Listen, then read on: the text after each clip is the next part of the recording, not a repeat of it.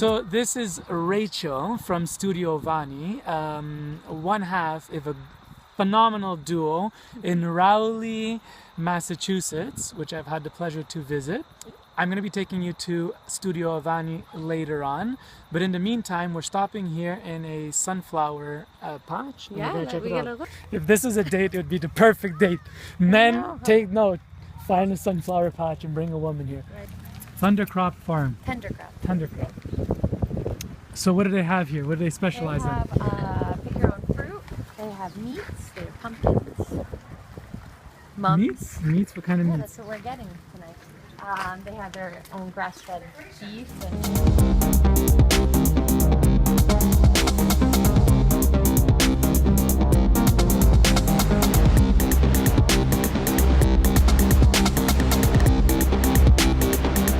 We're here for another episode of the Spiritual Playboy and Frank Conversations. With me today, I have Anthony Percoco of Studio Avani in Rowley, Massachusetts.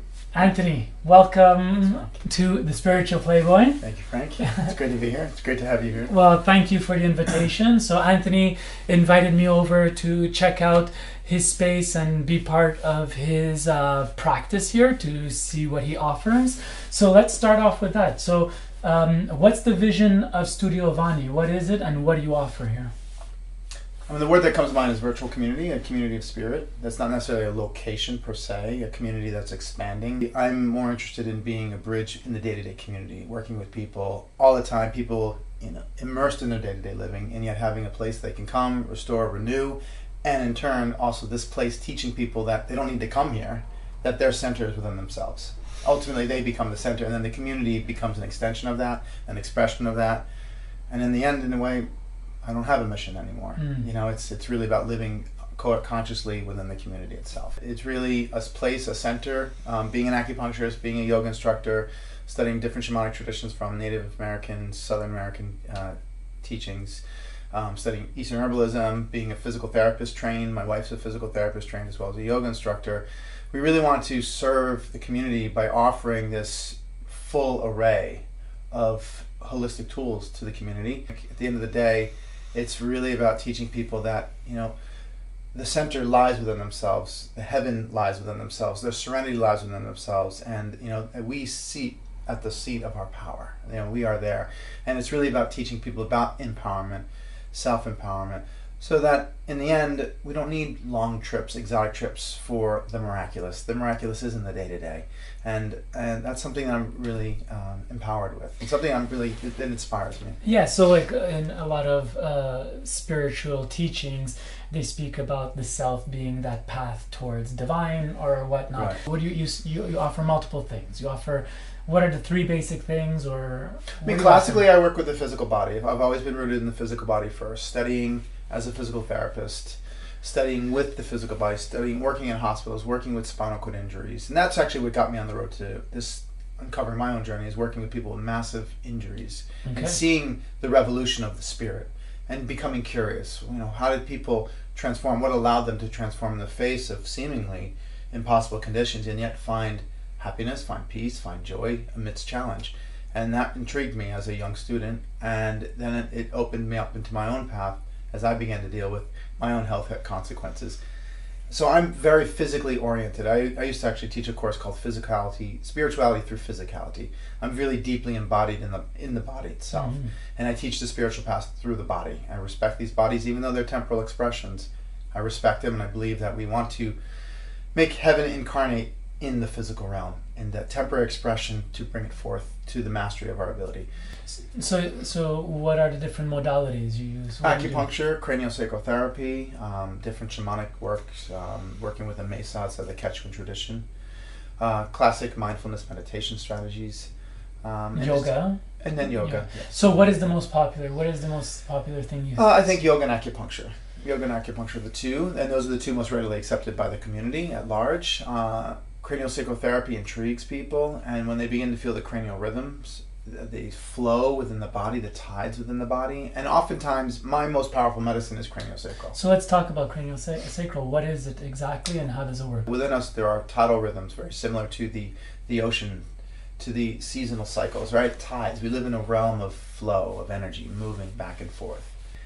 A lot of the cranial tide, it brings us back to that state of a child being in the womb, that rhythm that the baby hears, the heartbeat, that flow. So within us, there's a flow of fluid that is operating within us, that's rocking, slowly rocking. And as the practitioner tunes into this rhythm via holding the back of the head or the feet or any part of the body, you can tune into the rhythm. Now, the cranial tide shares a lot of information about the body. It shares information about a person's illness. You can sense dates and times of injuries through the information is contained within the body, contained within the fluid matrix. And oftentimes for many people who are dealing with serious illness, the rhythm is actually absent or significantly compromised. And so it's my job to gently nudge that rhythm back to its primordial state, back to its natural flow, its natural expression. Your yoga practice is a bit different compared to like the more flowy, meditative yoga practices. How would you describe your yoga, and why is that what turns you on in yoga? Well, it's an Iyengar inspired yoga system. It's a very medicinal form of yoga. It was a yoga perfect for a physical therapist. It has a tremendous disciplinary nature to it, structure to it. It's a very structured form of yoga, which I love, and it works well for rehabilitation. And since I work with so many people who are dealing with body issues, it's a yoga that works with the sacred geometry of the body in a very precise way. So you're not dealing with so much fluidity in the body. It's really about coming back to structure. So tell me about the acupuncture. Like, do you have a lot of people that come through for acupuncture? How is that accepted in the community? And what is your appreciation of acupuncture? I love acupuncture. It's a wonderful tool. Western medicine knows that acupuncture works, but yet we still don't know how. And that excites me, because you can be frustrated at the fact that you don't know, or you can awaken to the understanding that there's so much more to learn about this body. And that's really exciting. And the style of acupuncture I work with is called the balance method. It's a very precise form of acupuncture that comes off of Dr. Tan, who's a teacher out in San Diego that I've studied with over the years and taken workshops with. And I've transferred specifically over to his style. And it's immediate. It's a style. The name of his business in Chinese is translated into, when you stick a staff into the ground under the sun, you immediately see a shadow. So you want to see instantaneous results. So I use acupuncture as an instant device to help people manage their pain. It's, to immediately see symptom relief. Okay, so let's talk about herbology. So tell me about that path and herbology and how you use it and what excites you about it. So I've studied Chinese herbalism and Western herbalism. I primarily practice Western herbalism. Primarily being is that the style of training I received was dramatically different. When I was studying in acupuncture, the herbs were from China in little bags, and I didn't have their living relationship to the plants. And when I began to study the Western herbalism, we were walked out to the fields. I was able to touch the plants through the growing season. I got a relationship with them. I began to identify them. And so now on my land, I'm able to walk around and identify the plants, and I can work with them. So I cultivate a lot of my own herbs when needed, tincturing them or just drying them and making herbs for people and making teas. There's a big teaching in the Western school of herbalism, and it comes, they call it plant spirit medicine. And the plant spirit medicine basically acknowledges that the plants that are growing within your immediate vicinity are the plants that your body actually needs, that you need for healing, physical healing or mental healing, or even spiritual unfolding. It goes back to the harmony of us in our environment. Yeah, the environment is responding to us, and we are. When we moved here, our backyard it's called Japanese knotweed, and it's a vigorous bamboo-like plant. It's in the grass family. It grows 10 feet high. I had to cut it back because it's a plant that is so voracious and has an appetite to just take over and expand. But what does that plant? What's its healing? It's Lyme disease. It heals joint disease. It heals heart disease.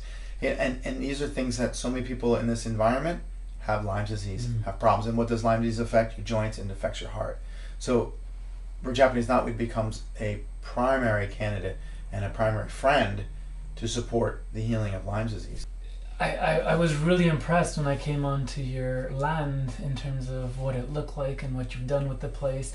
Tell me a bit about the experience of having this land and how you like to split it, and like you have your garden area, you have your meditation area. Yeah, so tell me about some the of the design. land is merely ornamental, and it has we have our little flowing walking garden with a meditation spot, and then we have our our herb garden, and then we have our vegetable garden. And I think for me, getting out, tilling the soil is about, it's the honest labor of work. There's chop wood, carry water, to being in touch again with that kind of old way of living, that obviously we're not relying on it entirely, but it's good to feel connected again to our ancestors, to play a part in that. And also just, you know, as a physical person, it feels great to move. It feels, you know, I go out and I hoe my garden by hand. It feels good to be a part of that. It is a meditation. And the thing that I noticed about Studio Avani the most when I walked in is just the emanation of love. Just because I feel that. I come in here and I feel like your family is like alive and budding and love. And so tell me about you talk to me a bit about the role of love in the holding of a space like this and healing, in your opinion. Well, I in relationship to parenting, I've always, you know, there's a wonderful quote from Dr. Seuss, and he says, small people are people too. And it's, you know, it's the oak tree is contained within the seed. And it's really just my job as parent to love that child unconditionally, to allow them to flower into the being who they already are and that they are unfolding into. I'm just sitting back watching and just keeping them safe in the process and loving watching them emerge into who they are.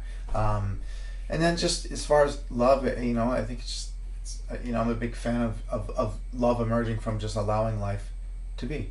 Simple as that. Just, you know, I'm allowing the universe to educate me in being a parent as much as, you know, my child is being there for me. Tell me what you would want people to know about Studio Avani or your work. We're actually going to be taking advantage of the air bed and breakfast very soon. So I'd love for people to come and spend a weekend and really do some deep soul work. Yeah, as you know, we love serving. Right. We love making people juices, cooking them good food. We have the infrared sauna in the bathroom. We have the steam shower in the bathroom.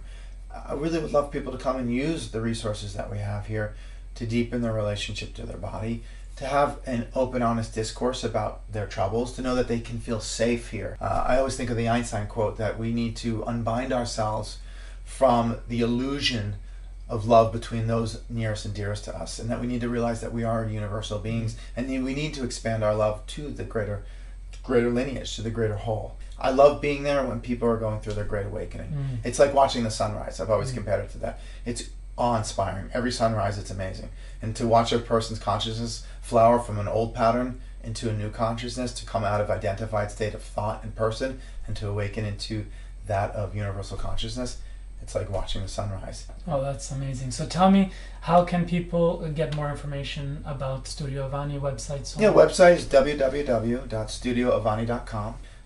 You can email me. I love emailing people, communicating with people if there's questions. The service links are all there. And then obviously they can stand in the upstairs. People, if they want to travel, there's the upstairs loft, and we can, you know, communicate about that as well. So yeah, it's very simple to get in touch with us. Perfect. Well, thank you very much, Anthony, for this time and this discussion. It was very enlightening, and I love how you go back to that eternal self. I've always enjoyed talking to you. So thank you very much. Give me a hug, brother. Yeah, thanks, Frank. So you've been watching the spiritualplayboy.com. Remember to comment on the video, share the video, and rate the video. And until next time, let love free, because it's the only way we are going to change anything. Peace. Peace.